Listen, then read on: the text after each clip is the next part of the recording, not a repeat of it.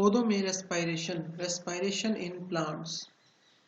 Respiration جانداروں میں energy پیدا کرنے کا عمل ہے۔ اس عمل میں پودے گلوکوز کو پانی، کاربن ڈائی آکسائیڈ اور انرجی میں توڑنے کے لیے آکسیجن استعمال کرتے ہیں۔ اس عمل میں پودے گلوکوز کو پانی، کاربن ڈائی آکسائیڈ اور انرجی میں توڑنے کے لیے آکسیجن استعمال کرتے ہیں۔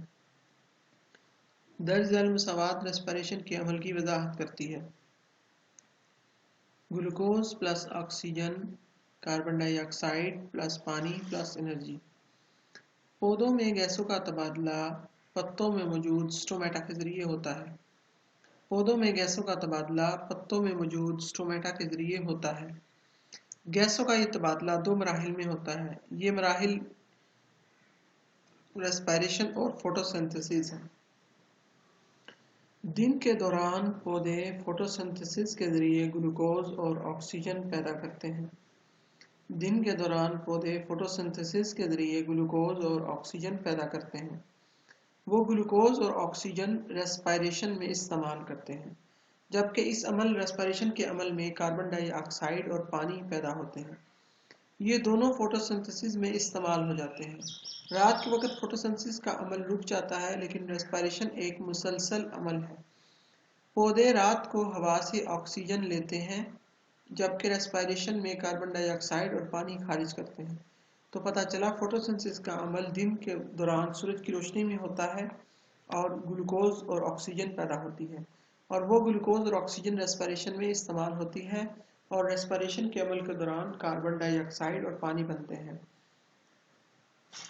پودے رات کو ہوا سے آکسیجن لیتے ہیں، جبکہ ریسپائریشن میں کاربن ڈائی آکسائیڈ اور پانی خارج کرتے ہیں۔ ریسپائریشن کا عمل تمام سیلز کے مائٹوکونڈریا میں ہوتا ہے۔ ریسپائریشن کا عمل تمام جانداروں اور پودوں کے سیلز کے مائٹوکونڈریا میں ہوتا ہے۔ فوٹوسنتھسس اور ریسپائریشن کا موازنہ۔ فوٹوسنتھسس اور ریسپائریشن میں فرق۔ فوٹوسنتھسس اور ریسپائریشن دو مختلف عمل ہیں، دونوں ایک دوسرے کا الٹ ہیں۔ فوٹوسنتھسس میں روشنی، کلوروفل، پانی اور کاربن ڈائی آکسائیڈ کی موجودگی میں عمل ہوتا ہے، جس کے نتیجے میں آکسیجن اور گلوکوز خوراک بنتی ہے، جبکہ ریسپائریشن میں وہی خوراک اور آکسیجن بدلتی ہے انرجی اور کاربن ڈائی آکسائیڈ اور پانی میں۔ تو یہ ہے فوٹوسنتھسس اور ریسپائریشن دو مختلف عمل ہیں، دونوں ایک دوسرے کا الٹ ہے۔ تو یہ جو ہم پڑھنے جا رہے ہیں، یہ فوٹوسنتھسس اور ریسپائریشن کا موازنہ ہے۔ فوٹوسنتھسس اور ریسپائریشن کا موازنہ کرنا۔ فوٹوسنتھسس پودے میں واقع ہوتی ہے، جبکہ ریسپائریشن تمام جانداروں میں واقع ہوتی ہے، پودوں میں بھی اور جانوروں میں بھی۔ ریسپائریشن تمام جانداروں میں واقع ہوتی ہے، جبکہ فوٹوسنتھسس پودوں میں واقع ہوتی ہے۔ فوٹوسنتھسس خوراک بنانے کا عمل ہے، جبکہ ریسپائریشن خوراک استعمال کرنے کا عمل ہے۔ فوٹوسنتھسس میں گلوکوز بنانے کے لیے انرجی جذب ہوتی ہے، انرجی استعمال ہوتی ہے، جبکہ ریسپائریشن میں گلوکوز کے ٹوٹنے سے انرجی خارج ہوتی ہے۔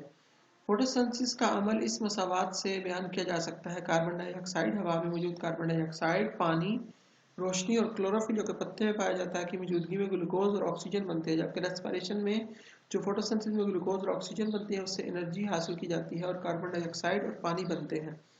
تو یہ تھا فوٹوسنتھسس اور ریسپائریشن کا موازنہ۔ کیا آپ جانتے ہیں فوٹوسنتھسس پودے کے سیلز کے کلوروپلاسٹ میں ہوتی ہے، جبکہ ریسپائریشن ہر جانور اور پودے کے سیل کے مائٹوکونڈریا میں ہوتی ہے۔ فوٹوسنتھسس سیلز کے کلوروپلاسٹ میں ہوتی ہے، کلوروپلاسٹ میزوفل سیلز میں پائے جاتے ہیں، جبکہ ریسپائریشن ہر جانور اور پودے کے سیل کے مائٹوکونڈریا میں ہوتی ہے۔ یہ تھا ریسپائریشن اور فوٹوسنتھسس کا موازنہ، اور فوٹوسنتھسس اور ریسپائریشن کا موازنہ اور ریسپائریشن کیا ہوتی ہے، یہ آج ہم نے پڑھا۔